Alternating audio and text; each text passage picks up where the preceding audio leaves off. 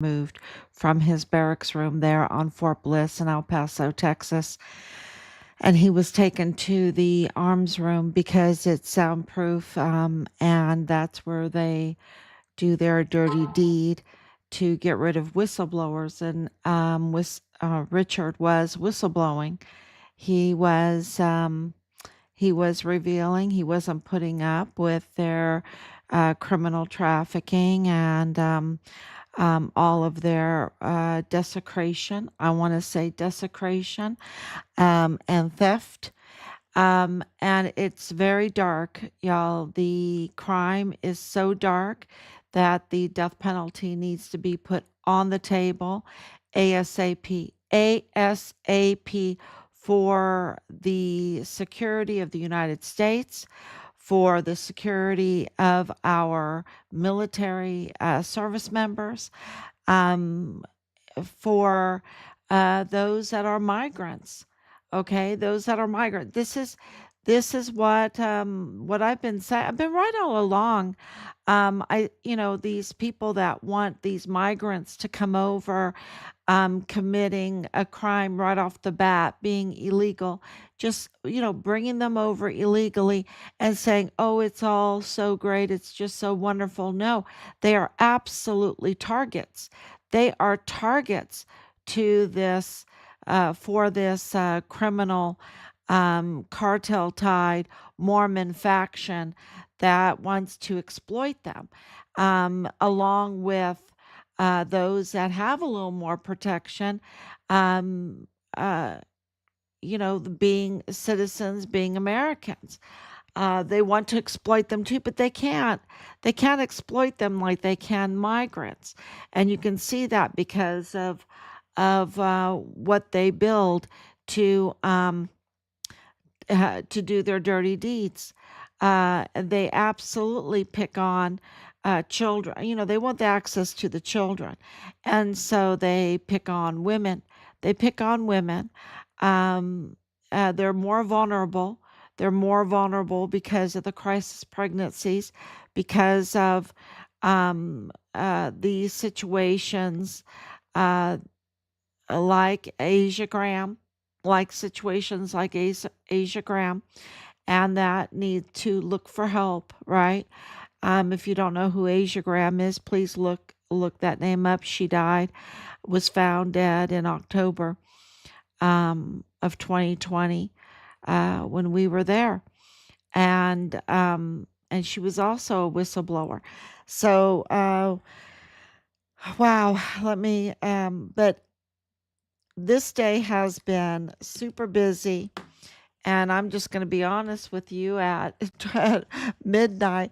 Yeah, I'd like to get some rest. I really would like to get some rest, but there is no time to rest because we have our national security at risk. We have our service members at risk. We have our communities at risk. And we have even those that are migrants, the illegals are at risk. And this is crime against humanity. And crimes against humanity don't ask if you have legal status, does it? It doesn't ask if you have legal status, these crimes against humanity. So let's really focus on them. And that is exactly what evidence is exposing, what evidence is um, uh, just confirming through this plenitude crematorium connection, ownership with Rosemary Perches Arellano Cuarón Riviera, Ramirez, Cambry. I mean, she has so many aliases and names. She has so many names, so many legal names, right? Legal names and so many other names. Um, and the tie is with Purchase Funeral Homes. Um, and everyone needs to know this because this has been a real um, very dangerous operation going on because it targets people when they are vulnerable, when they have lost a loved one, when they have been battered, when they are in a crisis. And that goes for those that were on Fort Bliss. And now this has brought everything together so that we can understand our first task force find Richard Halliday meeting. I don't know if, sorry, got the hiccups. But I'll quickly go through this because it's so important for everyone to know. Thank you, Laura, for coming on. But those that have been with us from the very beginning and couldn't believe this Hema, I called her Hema Saboteur, Hema Saboteur, Hema Sochitil, um, Cooler, I don't know how to pronounce her name, Ruggiero. And it's really, I just call her Hema Saboteur. She's a self-proclaimed witch. She's a self-proclaimed witch, and um, people were just protecting her left and right. And we found out she was the wife of Richard's first sergeant, right? But she was targeting us. She was targeting us to intimidate us, to harass us. She absolutely has yes, Anicia, thank you so much for coming on because you absolutely would remember Hema and all of her up to no good, her her disregard for our family, our questions, and we thought, okay, she's protecting her failure of a husband, right? Failure of a husband as a first sergeant, because we have him on audio saying that he is not willing to speak with us. This is Richard's first sergeant, okay? He should absolutely be willing to speak with us. And the whole unit was kept from us. The whole unit, and that includes these wives, right? These wives. But the wives came out and they had, like it in for us, right? And we're like, what did we do? We just want to know where Richard is. What did we do? And it was so bad that I printed it all out.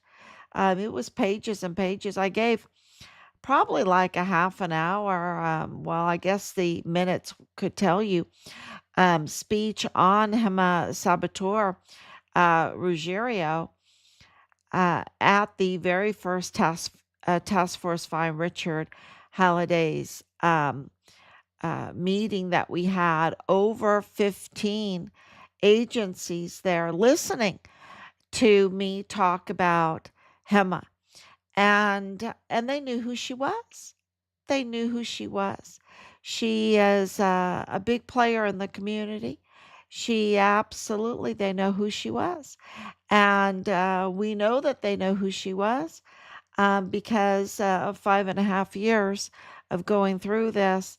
The connections with Juarez, Mexico, the connections with everything that's going on right now. She's up to no good. And of course, her connection with Lilani Hart, Richard's platoon leader's mother. So you have Richard's first sergeant's wife and Richard's platoon leader's mother absolutely colluding, collaborating together to intimidate, harass, threaten, whatever. Not just our family, but any of the people that we're supporting. And now we understand why. We understand what they were protecting.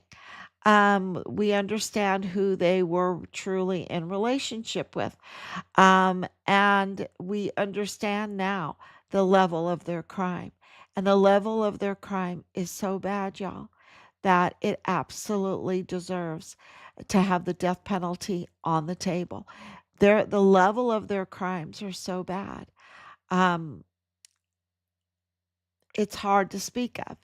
And I can't tell you that at this time, I'm at liberty to say everything, okay? Um, because there is ongoing investigations that are going on, um, that but I can tell you this, that these two women conspired together, that they absolutely are up to no good, that they are very connected to everything else that's going on in Richard's case. Um, and that is, involves the taking of his life, the stealing of his body, the trafficking of his body, uh, and all of the connections. Um, it's just really, really jaw dropping when you know that, okay, you expose Rosemary Perches Arellano Cuarón, and and all of and we'll be talking about that. We're putting that all together so that I can tell everybody. Um, it is the businesses going on in El Paso in order to um, that involve the Plenitude Crematorium. Okay, it involves. It is it's just so evil. It's so diabolical. And it really targets, I can tell you this, it targets migrants. It targets the military. It targets the community. It targets women. And the biggest target is the children. And that the system knew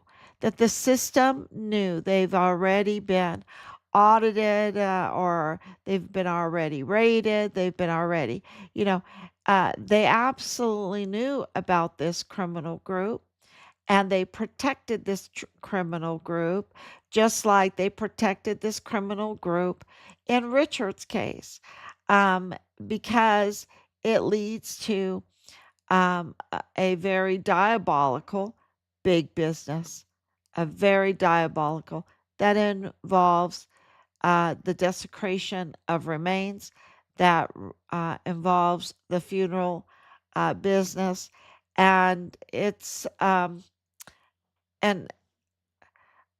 and more. Of course, the harvesting of organs, um, and also the taking of babies. So yeah, I've just got shivers everywhere, y'all. It's just and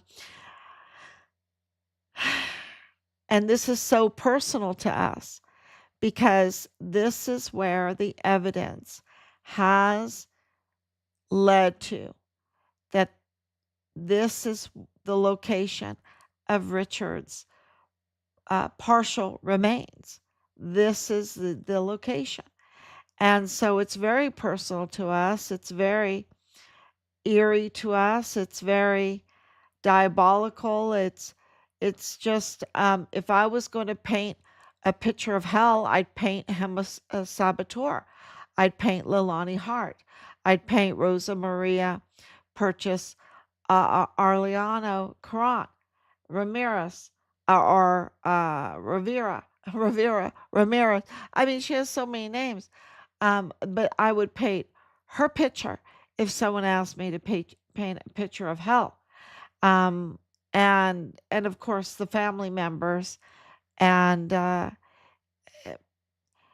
so we put in a lot of paperwork today, submitted a lot of paperwork today, and I just feel like for the public I haven't done as much as I should have today, because there's so much information, and I think I just need uh, to present it to you, uh, really just honestly, like I've been for 5.5 years, and let you decide, um, if this is what if this is if this is worthy to share. You know, when you're fixing a business and you're going into the oversight, you're going into the prosecutor's office.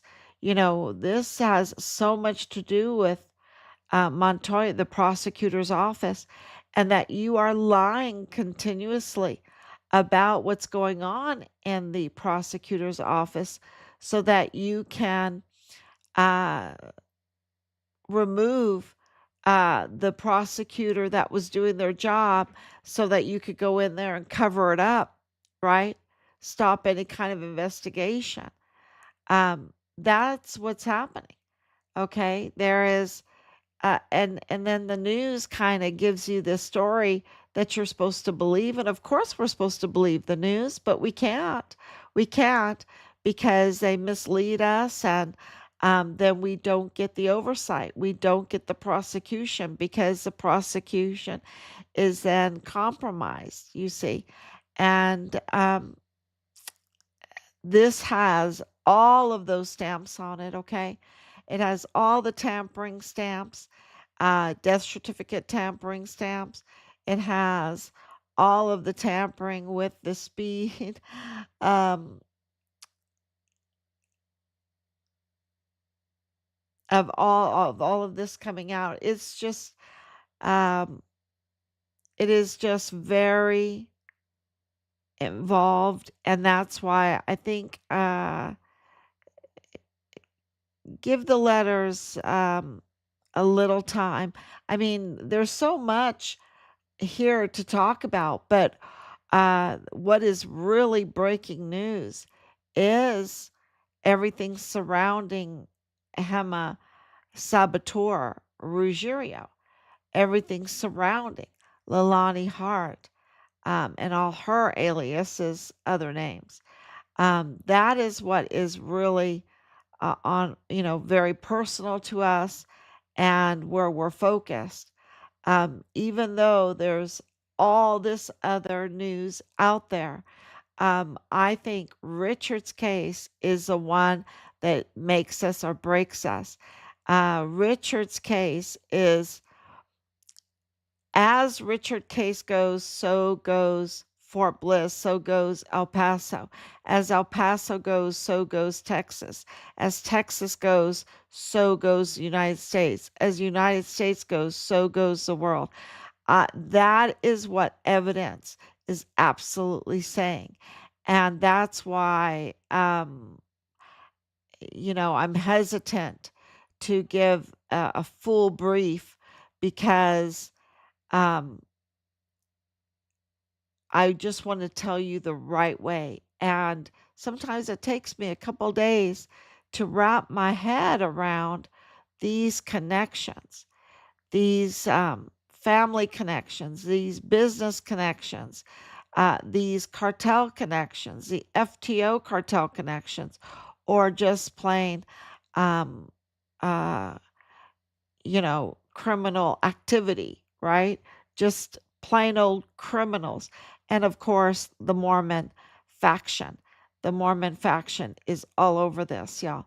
And so that is, and I know I'm speaking in circles a little bit, but that's the news that I wanted to give you today because it's all spiraling. That's why it seems like this, because here for 5 years we're on the edge of the spiral, right? It's these big circles, and we're finding out all kinds of leads and information, and then it is just getting quicker and quicker and quicker, and everything is kind of coming together, and it's going to become one toroid, one one big picture of this spiraling down to the because the case is broken. Okay, the case is broken right now. It's just pressure. It's just pressure. What is going to um, drive the prosecutor out, right? Because Montoya needs to go out. What's going to push Montoya out and into handcuffs? Because he needs to be in handcuffs. What pressure is it going to take? And this, the pressure comes from all the people outside that just say, no more, no more. They work for us. This is including in Chihuahua, Mexico, because, Chihuahua, Mexico is not doing its job in identifying these remains from Plenitude Crematorium and the other from Del Carmen and all this other stuff that they need to be doing to get justice for Chihuahuans, right? Uh, absolutely. So this whole thing is coming together because there's a connection between that business and businesses in El Paso. And the business is not something you're going to like. It's not something that is pretty. It's not something that's even human. It's the inhumane treatment of people. And just for a group to enrich themselves, right? To go to that level. And, you're talking to a German here that we, from our history, that is like, and of course, I was born in New Mexico, White Sands Missile Range on the range. Um, but my ancestors have that uh, German history knowledge of being hoodwinked into terrible actions against humanity. And so we're very careful and very aware of uh, this spiraling into these terrible, inhumane actions. And I can tell you right now, El Paso has been in that spiral of inhumane actions. And I don't know how many there are. I don't know how many victims there are of this Rosemary Arellano Perches Cuarón um, diabolical business plan that is so inhumane and leads to being disposed of at Plenitude Crematorium or the likes of it, like Del Carmen. Um, and these are big players. These are big millionaires and billionaires. Okay. Millionaires and billionaires. These are not thugs. Okay. They are way worse than thugs, way worse than thugs because they have done this for years and they've profited off of it and they've done a lot of damage, compromising many people. And don't forget that Raphael's home, right beside Beto O'Rourke. No way, y'all. No way. When you look at his businesses from Cano Still to Plenitude Crematorium to his restaurants, he has a restaurant chain, he has liquor licenses. And then to look at his mother's businesses there. With these crisis pregnancy centers, with the uh, migrant shelter business, with the shelters right over the border, all of those shelters. And I talked about them at the very beginning. It didn't make sense to me why they had these children shelters, these children orphanages, so many of them, and I was like, that's odd. That is so odd. You'd have to have a lot of children to put in those.